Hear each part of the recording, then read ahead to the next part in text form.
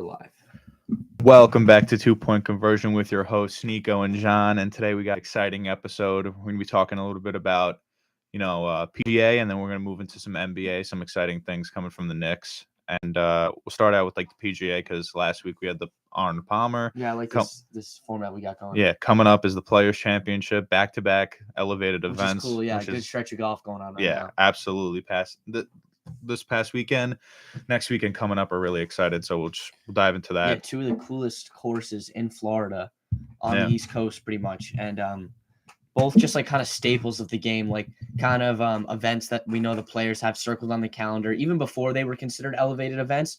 The Players, which is coming up this week, was the highest purse on the PGA Tour outside of a major, so that's always a big money. Yeah, 20. I think it's 25 million coming out this week, and last week was 20 something. I think it was 20 flat. So two big money weeks, really tough courses. There's a lot of water, a lot of gettable holes, a lot of birdie opportunities, but as we saw yesterday, me and Nico were texting throughout the final round yesterday. I mean, you go out of bounds, you're looking at triple. So yeah, I mean, you're looking at we have TPC Sawgrass coming up next week, and this week we just passed obviously at Bay Hill. Bay Hill, I would say, is definitely a more difficult course than TPC, just because if you're out of bounds at Bay Hill, you're struggling to get on the green. Yeah, one of the announcers said it yesterday. I thought it described it pretty well. He said it's the hardest course on the tour from tee to green. So your approach shots, you're off the tee, you have to be accurate because you can end up in the water. You end up out of bounds, and those fairway bunkers are 6 feet deep. I mean, you saw some pretty tall guys in the bunker, John Rahm's in the bunker, and you could barely see his head from the fairway. So deep bunkers, really challenging. Especially especially if you're looking at that green on 18, where the green side bunker is a beach. It's the entire side of that thing, and it leads into the water. So difficult holes, and we saw it obviously last week was an elevated event, like we talked about. You have 43 of the top 50 guys in the tour going at it, and I think that they were kind of timing it on the broadcast. It was almost an hour and 15 minutes or an hour without a putt made from distance. It was always two putts. They're never sinking. So forget about tee to green. On the green as well was difficult for them. It was super tricky. You know what's crazy? You bring up 43 of the top 50 players in the world were at the Arnold Palmer, and we got a first-time PGA Tour winner, guy that I had never even heard of before. Yeah, Kurt Kitayama. He had, after he won, I was doing a bunch of research. He has a bunch of wins on the DP World Tour, Corn Ferry, and everything like that. He's been around, but first one on the PGA Tour. I think he's been on the tour for a little while now, maybe a year or two or so, and this win doubled his earnings. This is a life changer. Yeah, I think he's earned $4 million on the tour out of his entire career, and this purse alone was $3.5 million, which is crazy. That is big money. That is awesome for Kurt Kitayama. And I mean, this guy battled. I thought I was watching my guy Jordan Spieth down the stretch, and I thought he had a chance. And Kurt, what was that hole he tripled on? Was that 9? He tripled on 9. I mean, he goes out of bounds, comes in, misses the putt, misses another putt. Yeah. And he's in there for triple. And then you're 7, right? He had a 7. Yeah, he had a 7 on the par 4, and he's turning the corner, and you're seeing Rory play. You're seeing Harry English is up there too, and Spieth is still up there, and he drops from, I think he was 11 under. He drops all the way down to 7 under. He makes it up by getting a birdie on, I think, 17. Yeah. So I mean, he just battled. He stayed in there, battled the course, waited for his opportunity. So Kurt went from leader at 11. Yeah, he was leading pretty much all weekend. 10, he came into Sunday leading. Or maybe he was at 10, and because then he lost first place, and Spieth and English were tied. Yeah. So I'm okay, Spieth, it's time to turn it on, buddy. Let's hit some putts. Spieth misses putts inside 10 feet on 14, 15, 16, and 17. I just don't understand how. Listen, I get it. Spieth has, obviously his prime. A lot of people are saying his prime is done because of how early he won and how much he won before. He's been having trouble in those clutch situations. He can't close out a round. And we saw, I texted my brother. Yeah. My brother is a diehard Jordan Spieth fan. It's one of his favorite golfers. And he's looking at it. And I text him. I'm like, we we called each other at the 9, and I was like, Spieth's looking good. He goes, he's going to choke it. It was a tale of two nines. On the front 9, he was one putting everything. He was out of his mind. He was playing really solid. Back 9 couldn't get one to drop, but I thought it was great to watch. I love your note here. Like down the stretch, there were 5 players tied at 8 under. It could have been anyone's game. I mean, it could have been just waiting for someone to hit a putt, but it never really happened. And then Kurt got a big birdie on 17, almost birdied 18. He didn't have to though. It was hit the green in regulation. I mean, he was. You're sitting there. Rory and English are both in at. They finished their rounds at 8 under. He's at 9 under after birdieing 17, and all he has to do is par. He's 54 feet away on the green after like having a terrible tee shot in the left rough. He gets there 54 feet. He puts it 2 centimeters from the hole. Yeah. Like it's standing on the edge. And that's it. He closes it out. Not gonna lie, I'm happy for Kitayama. That's a huge first win. He looks like he's got some really special stuff. He has the mental fortitude. But I was kind of hoping for a playoff, maybe see some of those superstars like Rory. And I mean, obviously I predicted last week like Rory was going to win it. Call Rory, yeah. And I'm always rooting for Rory, but like this is kind of like one of the first times where I'm like, okay, like I'm okay with him winning, like first time winner, like that's great for him. He was at the top of the leaderboard all week. What I thought was crazy was my big takeaway from this week was it turns out Jon Rahm is human, right? We finally see see some humanity out of Jon Rahm's golf play. This guy has been dominating week after week, untouchable. And Nico, it looked like more of the same after Thursday. He was 7 under, leading the field after Thursday. I'm like, oh, here we go again. Jon Rahm. Turns out he's a beast. He finishes 1 over. He goes 7 under on Thursday, +4 Friday, +4 Saturday, even on Sunday. He made the cut, but it turns out he's human, and he got $70,000 out of it. Why do you think he struggled on this course? What do you think it was that threw him off? I think listen, it's very hard to continuously, especially on the PGA Tour, continuously win. I mean, we took like a lot of conversations in the past couple of weeks since Rahm's been winning, a bunch of these tournaments, is winning percentage on the PGA Tour. Like obviously you have Tiger Woods, who's number 1 in winning percentage all time. PGA 22% win percentage every single and that's high, and that is the highest 22%. And after that, it's like Rahm at 11%, like of all time winning percentage at the moment.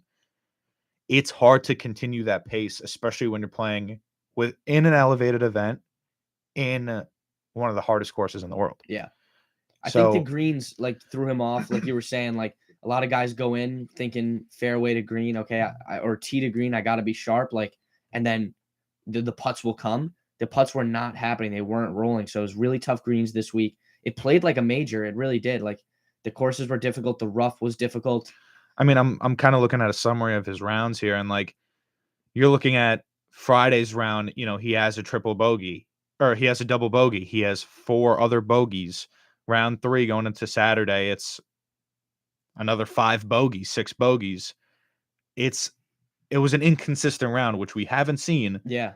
But I think that just speaks to the difficulty of the course, because you're looking at players who, like Rory, who did come in second, who bogey, birdie, bogey, birdie. Like he was all over the place. He came in like tied like 15th, and he finishes in second. So it's you look at Hovland, who's like that last round, like 2 bogeys in the last 5 holes. He had a hole in one too, which was really awesome. He had a hole in one and then finishes off rough. So I think that just speaks to like the difficulty. Yeah, so I would say don't count Rahm out next week at the Players. I mean, I have this written down because I think it's going to be so exciting. Forget about now that we're past, Arnold Palmer, the Players Championship coming up. Listen to these groups. Like these are key groups. You're gonna yeah, this is very exciting. Here you go. First 2 groups, right? They announced it this morning. You have Rory, Rahm, and Scheffler in one group. That's like 3 of the top 5 players in the world right there. I mean, you're talking about world number 1s. 1, 2, and 3, is it? Yeah. I think it's 1, 2, and 3. World rankings is Rahm number 1, Scotty at number 2, and Rory at number 3. That's awesome. That is awesome. It's world 1, 2, and 3 going into Thursday, which is crazy. Awesome. And then you have I honestly, I love this group coming out because like you have like two best friends in JT and Jordan Spieth. Yes. And you have Max Homa in that group too. Yeah, he's like a young up and coming guy in the tour. He's been playing some of the best golf of his career of late, and so I'm really excited. So when they say key groupings, that means Nico, they play together Thursday and Friday. They're gonna play together Thursday and Friday, going into Saturday. If they're obviously if their scores are together, if their scores are together, then they'll keep that. Let me ask you: do you think it helps? Do you think it helps or hurts guys? Like I'm looking at this first group: Rory, Rahm, and Scheffler. When Rory sees Jon Rahm start to like go off and put it together, does that help him? Okay, that's the shot he played. I have that shot too. I can play that. Or does it hurt him? Like maybe you get a little nervous on those greens, a little nervous with the putts. I think when it comes to all three of these players, they're top three competitors in the sport right now. It's only going to drive them. Like you see, like Rahm and Scheffler are going to sit there. Maybe they don't have the length that Rory has coming off the driver. Like Rory's going to hit a 350 every single time, which is insane to all these other players. But they're going to look at that and they'll be like, let's go, let's pipe. Let's go. Yeah. Like we're going to put some juice into this one. And that's just going to elevate it. And even like, I think obviously you have the three best players in the world. The next grouping with Spieth and JT, forget about Homa. Like Homa's a fantastic player and definitely not like, worth an overlook. But JT and Jordan battling history, battling their entire lives, fighting each other, always playing in tournaments against each other, best friends, competitive spirit, both of them. That's going to be fun to watch too. It's going to elevate both their games. And like I was saying, like Sawgrass is just such a phenomenal course. Ton of birdie opportunities, but also like I was saying earlier, there's a ton of water, a lot of room for mistakes, but it's scoreable. It's exciting. You always get big crowds. You have the island greened on 17. Yeah, I mean it's so much fun, and I think it's beautiful. Last year I was streaming it on ESPN Plus, and they do a phenomenal job. I do have something to say about that this week, if I'm honest. They'll have a stream just of 17 going. So this week I kind of had a problem with the ESPN streaming. Oh yeah, I think that they obviously they always have like those key holes. So this week it was 17 and 14 were the key holes where the stream was on. They had the main, and then they had a couple of main groups and marquee groups. When we have Kitayama and we have Rory and we have Spieth and they're leading, why is the main group Finau? That's the risk that these golf broadcasts take. But I'm saying even going into the day when Finau's not leading, like you have Finau as a main group, like, and if I don't have the PGA channel, I can't watch it. Exactly. So that's my problem too. I mean, I had a big break in my classes last Thursday, and I'm streaming it in my break between classes. I was done with my homework, whatever, and I wanted to see my guy Cameron Young, Fordham Prep alumni. He was up near the top on Thursday and Friday. Yeah, you can't watch him. Can't watch him. Yeah. It's the risk. I think it's the risk that these golf broadcasts take when they have to say, well, these are three really good guys. This is going to be our feature group. I just don't think they have as many cameramen or the facilities to make it work to stream every group. What you could do is you could pick the hole and wait for that group to roll through, which you could be sitting there for hours, I guess. I don't know, but yeah, the reality is I you just can't hope get everyone. I hope going into this week they highlight a bunch of players. Yeah, you have I think 6 or 7 or maybe 5. So the previous winners of the Players Championship, I want to watch out. You have JT, Rory, Webb Simpson, Siwoo Kim, Jason Day, Ricky Fowler, Adam Scott, Matt Kuchar. These are all winners previously in recent years of the players. Let's get a stream for them. Let's get a stream that we could watch them. Yeah. And this is no doubt.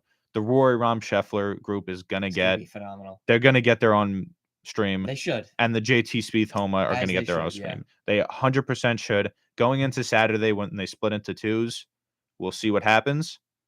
But I think that, again, 43 out of the top 50 players are gonna be in this tournament. Last week wasn't, to me, the viewing experience wasn't great. Hopefully this week they do it a little bit better. Cool. Yeah, I think they will. The Sawgrass they usually go all out for it. And if anyone's listening, if you're not like that much into golf, like as much as me and Nico, Sawgrass, you don't have to be a huge golf fan. I think it's just as cool as the atmosphere. You know what I mean? Yeah, so absolutely. Yeah, there's like a ton of videos out there. Like they did a video last year where this guy goes to Sawgrass and he just talks about all the food vendors that come out for Sawgrass, which was so cool. Like a bunch of real authentic like barbecue and Florida spots and like food that we normally don't get up here in the Northeast. So even just learning about that and kind of the tradition. Ponte Vedra Beach? I think that's where it is. Yeah. Just outside Jacksonville. Yeah, just outside Jacksonville. And I think that like if you're new into the golf, like if you're new into viewership of golf or playing golf, so the two kind of best places as a viewer to watch and to get excited about, I would say, is definitely the Phoenix Open, because like you have that arena hole on 16, non-major, obviously, Phoenix, but just to be like for the fan, to be a fan would be the Phoenix Open and probably Sawgrass, or I agree. Or like maybe like when we talk about something like outside of a major or outside the tour, like maybe like I'm trying to think of another place. I like the John Deere Classic. That course is really interesting because there's like a bunch of holes where there's a big gap between the green and the fairway, so you got to lay back with like an iron or a wood, and it's kind of weird because now the PGA Tour is all these big hitters, guys like driving at 350, and it's like, wait, all of a sudden now you have to put it out there 200 on a line, like on a string, and then you have to play your second shot over like some rough or some water. Yeah. So but I think like that's a really good point, Nico. For the fan, TPC Sawgrass and Waste Management are like 100%. Totally designed like we want to talk viewership. Meant to get excited, meant to. And I know this isn't like cheers. I know this isn't like a place where they actually like where it's one single place, but it does move around. I mean, Ryder Cup is known to be just bonkers for the fans. So like even that too, like if you're just getting into it, those are some things to watch. Like I said, there's a ton of good stuff out there on YouTube if you're chilling this week or you're bored or something. But oh, one more thing before we move on. Yeah. World rankings, Rahm, Scotty, Rory, and Cantley are coming in top 4, right? And they're all going to be there next week. This is where it gets interesting. Number 5 in the world, Cam Smith, plays for LIV. Last year won the Players Championship. Obviously, last year he did win the Open. He is going to he can't play in the Players Championship. He did tweet out that he was going to try to get in and be there to watch it. Do you think they should allow that? Yeah, if he wants to go watch as an observer, why not? Like, for sure. But do you think that's going to be disruptive to the event? No, there's so many people there. I don't think I'm saying from the PGA Tour perspective, like from the execs. No, I think the PGA Tour's been killing it. They've been. Did you watch the LIV Mayakoba? Did you watch them in Mexico? No. Did you hear about it on SportsCenter, Twitter, ESPN? No, anywhere? I saw one person tweet about how the LIV inaugural event had more viewings than like a hockey game. Like LIV came out saying that like the numbers were skewed and the ratings were better than what people were saying, but I don't believe that because I don't believe that one for 1 second. I'm not very confident about how the LIV's doing. The PGA Tour knew that they had to come out and make a splash this year. They did have the advantage of starting earlier, but dude, no one was talking about LIV Mayakoba. No one was talking about how that went down in Mexico. A lot of the big names, Bryson, Brooks, Dustin, who won? I have no idea. Howell III, Charles Howell III. That's who won? Yeah. What team is he? The Fireballs? Because I know they have like 20 names. They do stress the team amount a lot. He was part of Bryson's team, I think. What is it, like the Launchers? The Crushers? Yeah, I mean, it sounds like I'm making a little league team name. The 4 Aces. I like that one. I think they're just all ridiculous. Wait, actually, I have a funny thing for you. So I was interested to see. I didn't watch the LIV, but I checked it after it happened just to see what went down. And I think the funniest thing was they put Brooks Koepka's brother on his team. And he's okay. He's a professional golfer. I'm not trying to talk smack about the guy. He's a professional golfer. Never made it on the PGA Tour, but they put him on his LIV team, Nico. Yeah. And he had the second worst score of the entire week. And I'm like, oh my god, this is like nepotism. How do you like? They're letting these players. So I don't know. Can I read these two? Like, if you close your eyes and like don't understand LIV, like the 4 Aces, the Cleeks, the Crushers, the Fireballs, the High Flyers, Ironheads, Majestics. I like Range Goats, and Ripper. There's some more there. Smash. Oh, Smash, Stinger, and Torque. These are one of the worst names I've ever seen in my life. Drop your favorite name. Range Goats. The Range Goats. Ripper Golf Club, High Flyers, Fireballs. Yeah, I don't know, dude. I don't know, man. But Bryson DeChambeau's team won.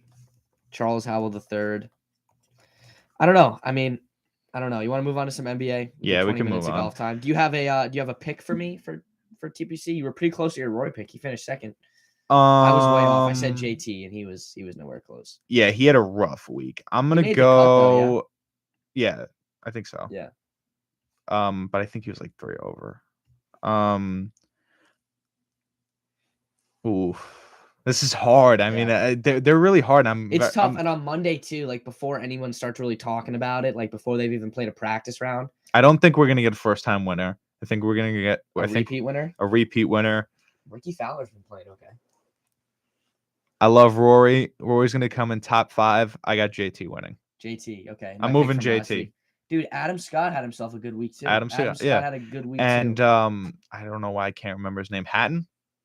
Yeah, I think that's his name. Terrell Hatton. He had a good week too. He was in the contention down the stretch. I don't like him. I think he's too emotional. A lot of people on Twitter were not happy with him. Yeah, I don't know why he's yelling about the cuts in the green and he's like complaining to himself that he's missing these putts. Apparently he plays very slow and he complains a lot. And as soon as he hits the golf ball, apparently till the golf ball stops moving, he is yelling at it. He's complaining about the shot. So a lot of people on Twitter were not happy with Terrell Hatton. I think he's kind of just like a feisty European guy. Yeah. You know what I mean? Like he's just always kind of like, that's kind of how some of the European players are. Like, is he European? I didn't even realize that. He's British, I think. Oh wow, you're right. I didn't even know. I couldn't even tell. I just saw him complaining constantly. Yeah, no. So apparently, a lot of people were unhappy with him. But if I had to pick, I'm going with a first-time winner, first-time PGA Tour winner, Cameron Young, Fordham Prep alumni. He was in the running. That's called bias. No, dude, he's been playing good golf. All right, can we go first-time winners and then we'll pick a real one? I think he's gonna win it, dude. Okay. He's so due for one. If I'm gonna pick my first time winner, I'm going my boy Sahith Theegala. Love him. He finished like top 15.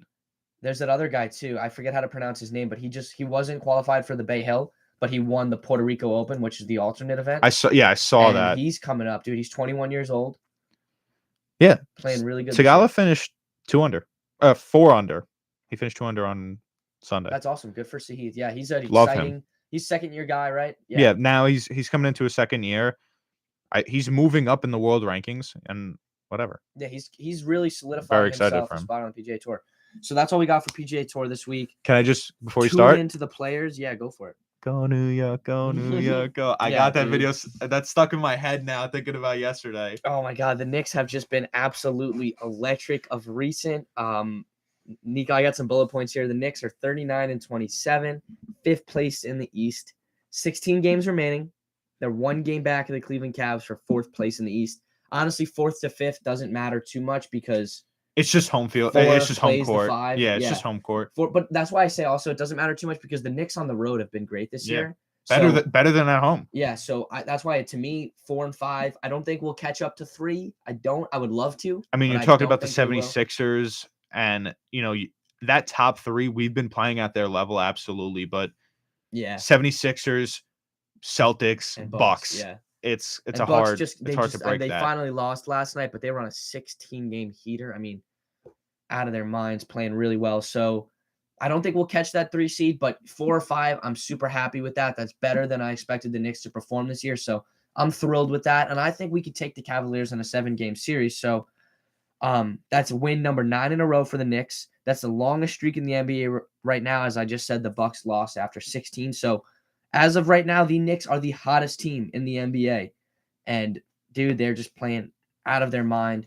Final bullet point I have here, kind of a controversial take. Let me hear what you think of it. But I have Quickley now as the favorite. Immanuel Quickley as the favorite for the 6th Man of the Year award. Well, we talk about night. I think it's is it Bogdan who's 6th man after him or in front of him? I think he's the only person in front of him. It's one of those Russian players. 6th Man of the Year odds right now. It is Quickley is the favorite. Malcolm Brogdon. So Quickley has moved up in the Quickley thing. Has moved up on at least it's given me here. It's showing BetMGM, Caesars, and PointsBet. Quickley as the favorite.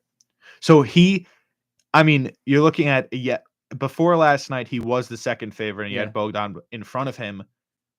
He played for an hour on the court. Like, he had 58-minute court time, career high in points, career high obviously in playing time. He had, I think, 7 or 8 assists. Yeah, I have it. It's in there. Yeah, 8 rebounds, 7 assists, 38 points. Game. Played 55 minutes, double OT game. He didn't sit from the second half. So that's third, fourth quarter, first overtime, second time. He didn't sit a minute. And what's awesome about that is he's been the 6-man. Brunson goes out with an ankle injury. No nerves. The guy shows up, delivers the best performance of the year. Dancing around the court, jumping around, getting N1s. He's so quick. He's a tenacious defender. He doesn't back down. He doesn't have overwhelming size, but he is quick. You talk about players like Jaylen Brown and who are going up and they're heavy athletic players, and he's coming up behind them, tipping the ball again and off the backboard and taking it down the court 200 feet. And I mean, Brunson, that is not an easy guy to back up. That was the Eastern Conference Player of the Month for February. He's the guy who gets the ball in the clutch for the Knicks. Quickly, he's been learning. He's been watching. You could tell he's a very observant. A lot of these young guys come into the league with an ego and don't learn from the vets, don't learn from the guy ahead of them. Quickly, he soaks all of it in. I think that he obviously plays with a different style than Brunson because he's very fast. Yeah. He's driving. Brunson's playing more of a facilitator while scoring, but last night's game was a different feel. I don't know if you kind of got the same thing. I kind of felt like it was a different feel than when Brunson is running the court, obviously. A little quicker pace. I think it was a little maybe quicker pace and a little bit more kind of relying on that ISO. You have you're right. A little more ISO. Yeah, you have that, obviously Julius Randle playing more ISO, giving him the ball more just because he is the best player on the court now. And it worked out. I mean, they double OT winning when you have against Brunson, the best team he opens up that mid-range. Yeah, that mid-range shot that he has opens up a lot of the court.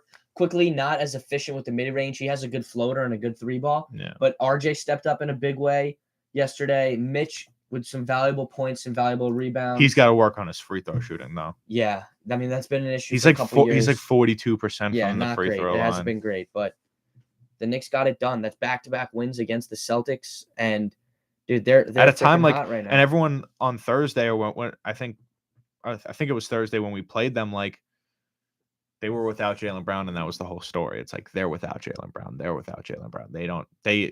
This isn't the real Celtics team. We lost Brunson. We beat him with Jaylen Brown on the team. We got Emmanuel quickly. Yeah, he really is. I saw Jalen Brunson tweeting out this morning, maybe it was last night. He wouldn't stop coming up with him jokes. He kept on coming up with new ones. Oh, I'm pulling it up right now. There's no connection down here. I think I saw the Emmanuel quickly one. I think I saw. It's not loading, and I'm really upset about it. But Knicks looking forward. We're off today. The Knicks have a game at home tomorrow against the Hornets, who've actually been playing better of late recently, but I think we should. That's a game the Knicks should win. So we got one more home game, and then Nico, I'm interested to hear your take on this. The Knicks go on a 4-game road trip, play the Kings, Clippers, Lakers, and Blazers in that order. Those look like, besides the Kings, very beatable teams. Clippers have been hot recently too. I saw. Did they win last night? Yeah, they did. I shut off the game. They came back and won. I think so. Yeah, they're. I mean, hot teams, but that maybe the second half of that road trip should be a breeze. We're talking about Trailblazers and who? And Lakers. No LeBron. No LeBron. AD's been stepping up. Yeah, but they're not a great team anyways. And then I left this off of there because that was just the road trip. But after those 4 games, we returned back to Madison Square Garden. First game back home, Nuggets.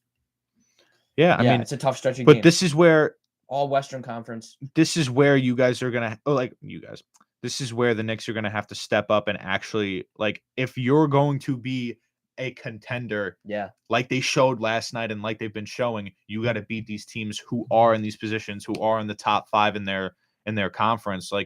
These Western Conference teams are tough, but you're out here beating the Celtics in double overtime without your best player. Yeah, you should be competing with these Nuggets, and you should be competing with the Kings and these are teams you have to beat to prove to yourself that you're going to be able to. And they're teams that we don't see as much. Obviously, Western Conference teams only play twice a year, but it's going to be a good stretch of games. And like you said, I think it's prove it time for the Knicks. They've been showing off in the Eastern Conference. They're on a 9-game win streak. It's been incredible.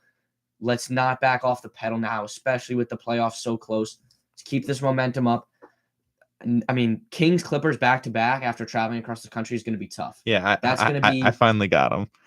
Here we go. We got Himmy Fallon, Himbo Fisher, Him Hortons. This is Jalen Brunson. He kept tweeting one after another, but it's just places that rhyme with him. I don't know what he was doing, but he kept on just saying Him Hortons and then tagging Isaiah Emmanuel Quickley. Because that's why I was confused with what you were saying. Because I was like, I think the only one that works with his name is Emmanuel Quickley. No, he just kept saying him once, like Him Hortons, and then he added Emmanuel Quickley. Himbo Fisher added Emmanuel Quickley. Himmy Fallon added him again.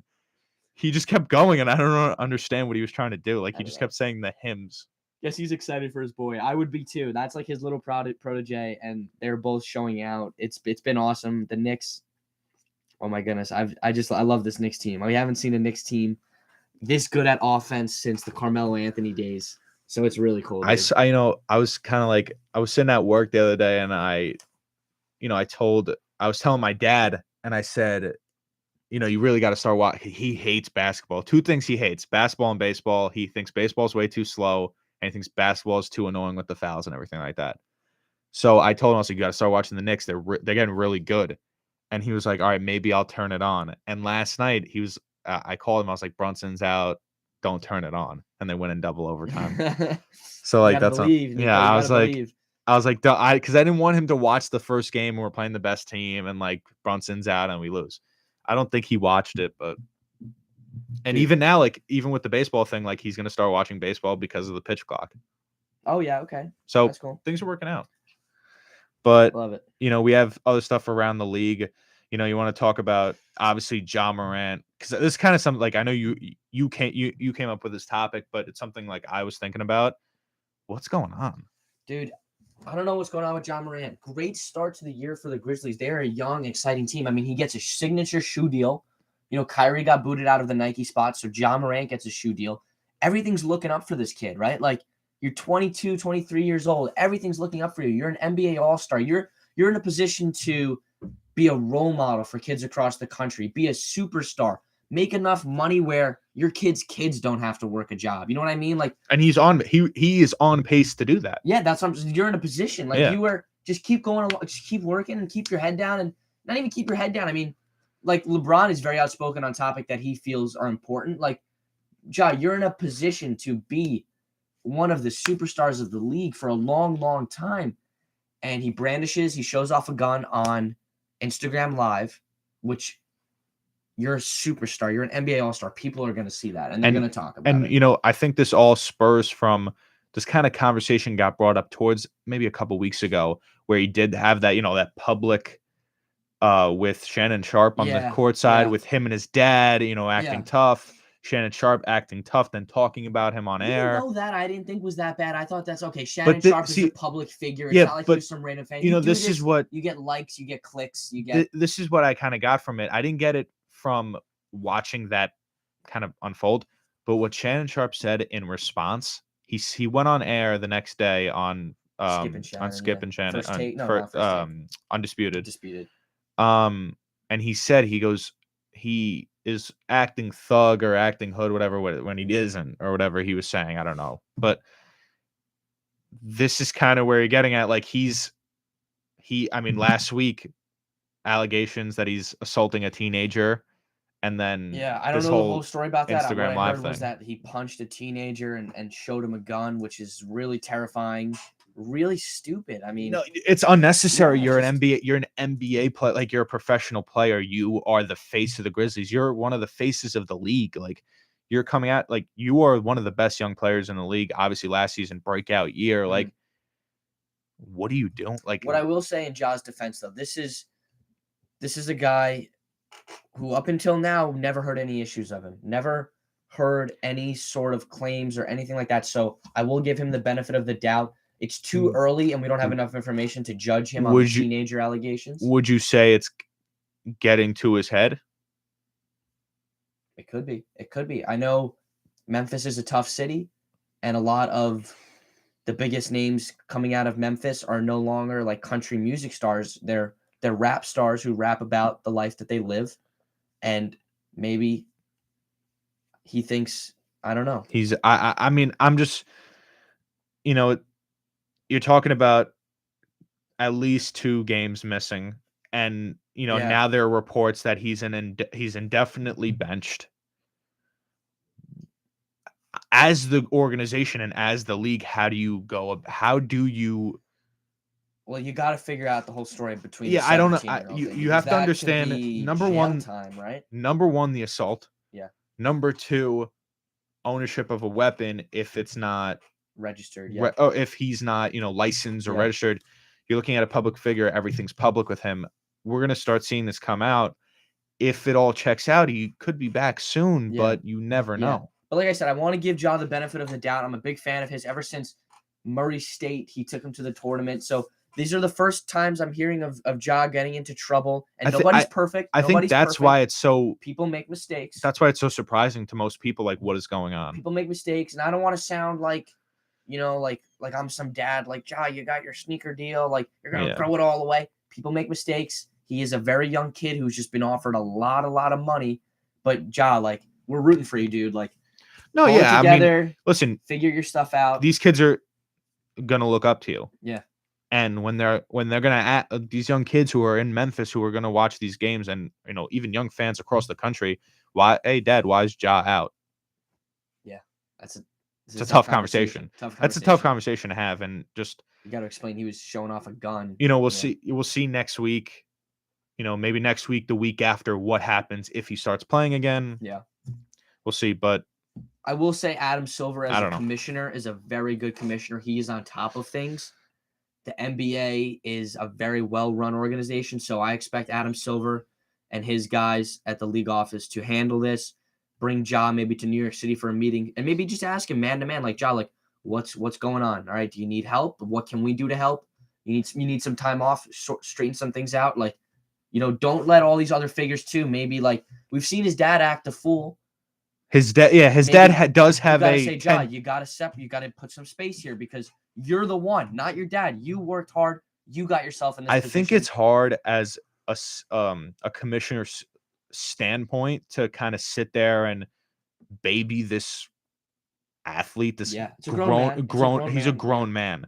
So I don't know if they'll do that, but I think maybe if he has time to step away from the court, they give him those suspensions or those benchings. Maybe he's possible. Like, all right. Maybe he's like, I got to snap into it. All right.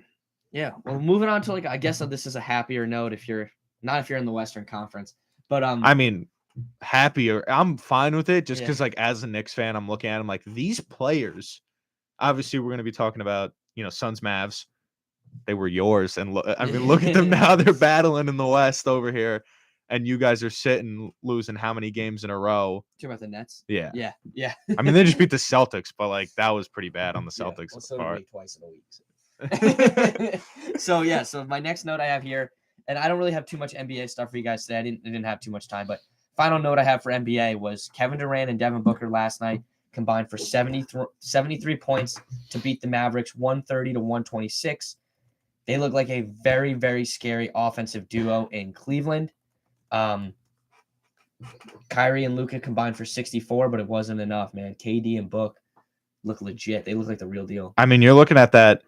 I know, what's been going around, what happened at the end of that game is, you have Luka miss the shot, miss a wide open layup, which makeable. Last second of the game, tie up the game, go to OT. Yeah. And then, Devin Booker says something, and then they started getting into arguments, and you see kind of Kyrie on one end of the thing and KD on the other end, just yeah, and this is the second time I think Booker's been talking smack to Luka. I don't know. In the playoffs. I mean, they're young players. And then wasn't this when Luka said something like, "It's easy to talk when you're up." Yeah. And came back, and the Mavs ended up. I want to know: is it out yet? What he was saying? I haven't heard, and I was looking it up. I mean, you're talking about two of the best young players, young-ish. They're not Ja Morant young; they're a little bit older, but these are the best players in the league. Devin Booker and Luka obviously are the best players in the league. They're going to have some back and forth. It's just better for the game. KD's been playing when he's been healthy. He's been playing like an MVP. He's been playing like. But I'm looking at KD. It's like it's always been like that.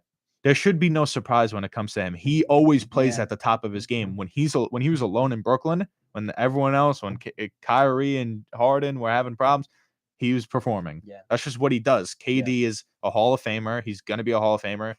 He's still playing at his age. Like it's incredible. Like he is the best player in the league, and the Suns got him. Not a big KD fan. You might not be a fan, but you have to look at the way he plays. He's a lethal shooter. He could drive to the basket. He's so long on defense. He's so. Guard your other team's best player. And he's just doing what he does. You never see him you never look on the news or you look at the stat line. It's like, oh, KD's having a bad year. No. When was the last time you heard that? No, never. You probably heard it like OKC his rookie year. I think he won Rookie of the Year. Yeah, and even that. Yeah. The guy's a phenomenal offensive scorer. The West could be anyone's. I mean, the Mavericks, even though they lost, you still have Luka and Kyrie if they get hot at the right time. Yeah, I mean they Booker, Ayton, Chris Paul on the Suns.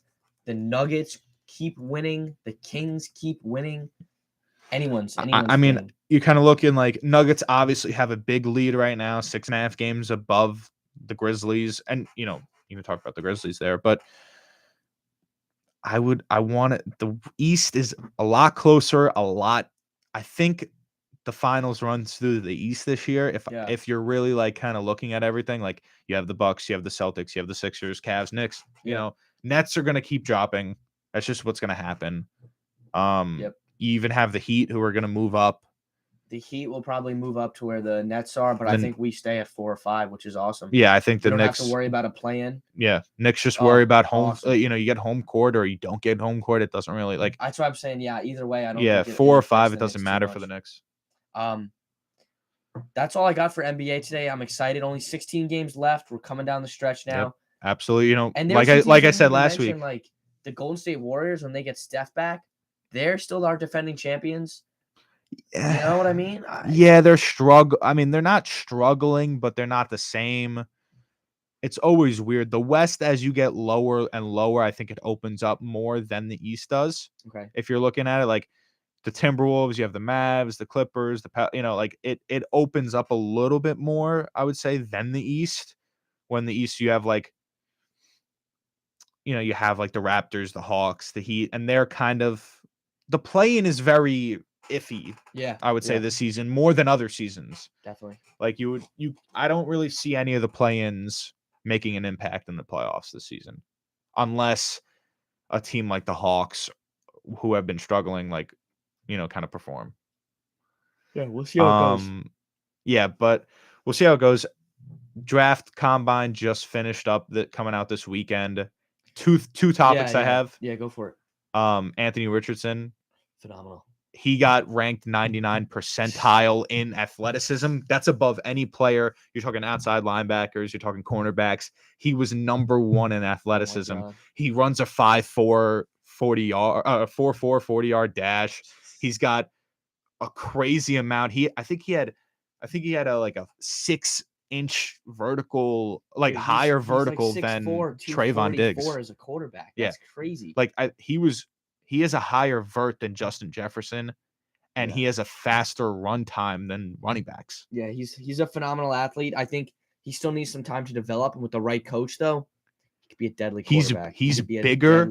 He's bigger, faster, more athletic than Cam Newton. Yeah, he's that Cam Newton build. If you look, like, he's the size of Cam Newton. He's bigger than Cam Newton. He's bigger than Big Ben. 100 times more athletic than Big Ben. Cam Newton at his prime is a pretty good comparison. And he's bigger than him. Cam Newton was at his prime, dude, was unstoppable. Led the Panthers 15-1. It'll be really. I remember we said that comparison. We kind of said that rumor last week that like the Giants were kind of looking at Anthony Richardson if they can't land Daniel Jones. But like, where do you think he lands? Top 10. Falcons need a quarterback. Colts need a quarterback. I just had a crazy idea. Yeah. Ravens, obviously, we know are going to part ways or have already parted ways with Lamar Jackson. Are they? Do we know that? Lamar Jackson is rumored to go to Washington. That's what it is now. I know I know. That was a joke. I think it was confirmed. I don't know. We gotta wait. I mean, free agency doesn't open until next week, right? Next Wednesday, I think it is. And then the thing that I thought you were gonna say when you said you want to talk about something was the franchise tag deadline is tomorrow at 3:00. And I think we're gonna see the Giants make either Saquon or Daniel. I think it's gonna be Saquon. I think they're moving closer to a deal with Daniel. Apparently, Jones. Daniel Jones representatives are going to New Jersey today, meet with the Giants. There's still time to get a deal done. If I'm being honest with you, I think that what we see is a Daniel Jones signing in the next couple hours. 38 mil. 40. Oh, it just broke my heart. I think it's going to be closer to 40 than we kind of all hope. But we have to look at this right now. Next 5 years. But it's security. Yeah. It's security. Rather than trying to rebuild, we've seen what we could do with him. And yes, it's up in the air, but you know what else is up in the air? Getting 3 listeners. Let me know what you think of Daniel Jones getting $40 million a year. Let me know what you think of that. I think that it's a better because if we look at the different routes we could take from that, we don't sign him. What do we do? Yeah, then we got. What are we looking? We're looking at a Geno Smith, or we're looking at a draft. Nico, I was thinking last night though, is it the worst thing in the world if we get a new quarterback? Yes. Dude, I don't think it is. Hear me out. We don't got too much time left. I'm gonna give it to you quick. Dable and Shane, after the year that they had, don't have to worry about job security for at least a couple years. If they were to restart with a quarterback now, dude, we thought we were gonna have to restart anyway. They had a great year. I don't think it's the worst thing in the world. They've proven that they can win. A lot of times you see new coaches and new general managers want a new quarterback anyway, a quarterback that they decided on. Remember, Daniel Jones is still from the Gettleman era. I don't think it would be the worst thing in the world. I would love to have Daniel back. I liked what he did running and throwing the ball. But, dude, he only threw for 15 passing touchdowns. It's not like – I mean, dude, as these other guys that I'm seeing that have the contracts that are better than him, yes, he runs the ball. Yes, they won a bunch of games. But, dude, you only threw for 15. Kirk Cousins even throws for 35, dude. Yes. And Kirk Cousins has better receivers. I know. So let me explain it to you through my mindset. Let me hear it. We're talking about 40 million. We're talking about all these other quarterbacks who are getting more than that, who are getting around the same amount. 40 million for 4 years, 5 years. It's security. Rather than trying to not sign him, he goes somewhere else, or maybe he doesn't go anywhere else, and we have to completely restart while also having to build up wide receiver depth, while having to build up O-line depth, while having to build up middle linebacker depth. This team has holes. Quarterback is something that kind of has been patched up a little bit. 40 million in the grand scheme of things is something that you're going to have to look past. If we're going to have to build the team as an all-around team, Daniel Jones, yes, he threw for 15 touchdowns. He ran in for 7. He's got 20 plus touchdowns with no one as his wide receiver core. I mean, Isaiah Hodgins was wide receiver number 1. He was a practice squad guy at the beginning of the season. I'm content with the 40 million mark at this moment because I want it to be over with. Okay. Because if we're going to see Lamar come to Washington, that's Lamar, Dak, and Jalen Hurts in this thing that's in this division. That's a competitive division now. Yeah. This division is getting better. We can't afford to rebuild at this. Right. We're going to rebuild everything around. Let's work on wide receiver. Let's work on linebacker. Let's work on interior O-line. And let's work on, if we're going to franchise tag Saquon, if we're going to sign Saquon, or if we're going to move on from him. We got to see. The draft is coming up very soon. We have to figure out what we're going to do there. Let's get this quarterback situation handled. Daniel Jones wants to be a New York Giant. They want him to be a New York Giant. Let's just keep it that way. He had a great season. Pay him the 40 million and let's move on. All right. And then one more NFL thing we want to talk about, and then we'll wrap it up. Derek Carr to the Saints. The NFC South is wide open. The Bucs don't have a quarterback. They have Kyle Trask, who, I don't know, too early to tell on that guy. Falcons don't have a quarterback. They have Ritter. They got rid of Marcus Mariota. He's very limited NFL experience.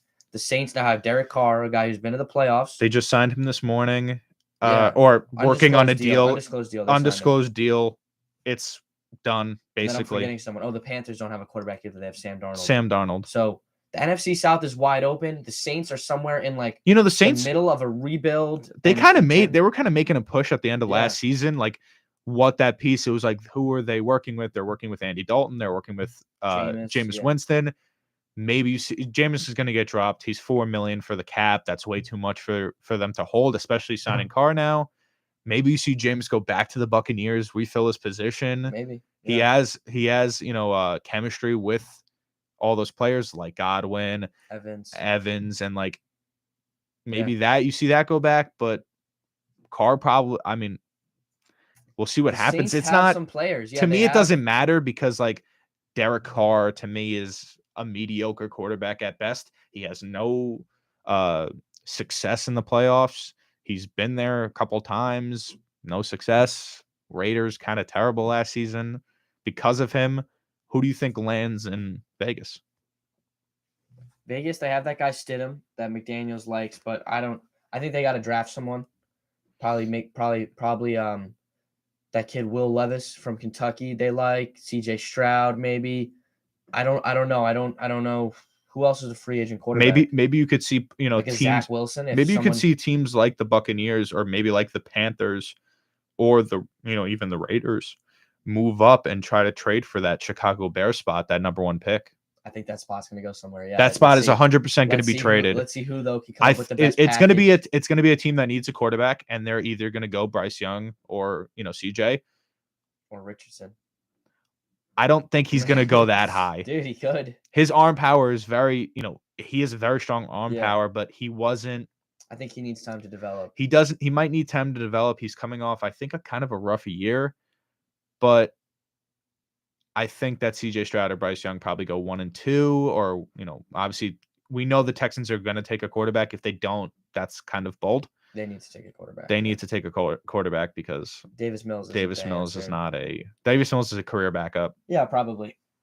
And I don't know. I'm excited for it. Someone's going to move up to that spot. NFL draft season. It kind of be excited if the Raiders do it. If the Raiders move up to that spot, they take a Bryce Young. Devontae Adams has a brand new quarterback. Yeah, and they got Josh if we're saying like Aaron Rodgers doesn't go there. Yeah. No, ton of ifs and maybes, which I think is why we'll do a little more in-depth NFL. No show next week. We're on spring break. The following Monday in 2 weeks we'll be back. And that would be done with obviously we'll find out done with franchise tags and start of free agency by then. So that'll be exciting. Absolutely. 2 weeks we'll do a big NFL recap. Keep you guys filled on there. Last thing I have for today is Selection Sunday is a week from yesterday. So 6 days away. Yeah. It's Sunday, March 12th. So out of the 32 conference tournaments, only 5 winners have been decided already. That leaves 27 other tournaments that happen this week. You got your big ones, the ACC, SEC, Big Ten. Big East is always at Madison Square Garden. So really exciting stuff. I like the Big East this year. Make sure you get those brackets filled in and completed. That's always a ton of fun. I'm going to go pick a random team. Yeah. And we're just going to hope and pray. Nobody's ever got the perfect bracket, but I'm going to do it. This is the year? Yeah. I'm just going to guess all of them, though. Yeah. Yeah. I'm going to go obviously kind of everyone's bracket last season got screwed because of was it St. John's or St. Peter's? St. Peter's. Everyone got represent. Yeah, let's go Mac. I mean, my mom just picks the mascots that she likes. Yeah, cool mascots. She'll have a better bracket than me. So, but we'll see when we come up next week. We could talk about all the free agency in the NFL, and we'll even talk about March Madness. March Madness for sure. Yeah, and then by then right after really Selection NBA Sunday playoffs. Yeah. NBA, NHL playoffs. I got everything coming. That's going to be after. We'll talk about. We'll try to bring up. Folks. Things are getting exciting. Thanks for end of the season. Start of new ones. MLB coming up. Thanks for tuning in, folks. We'll be back in 2 weeks. Hope you enjoy. Take care. See you guys.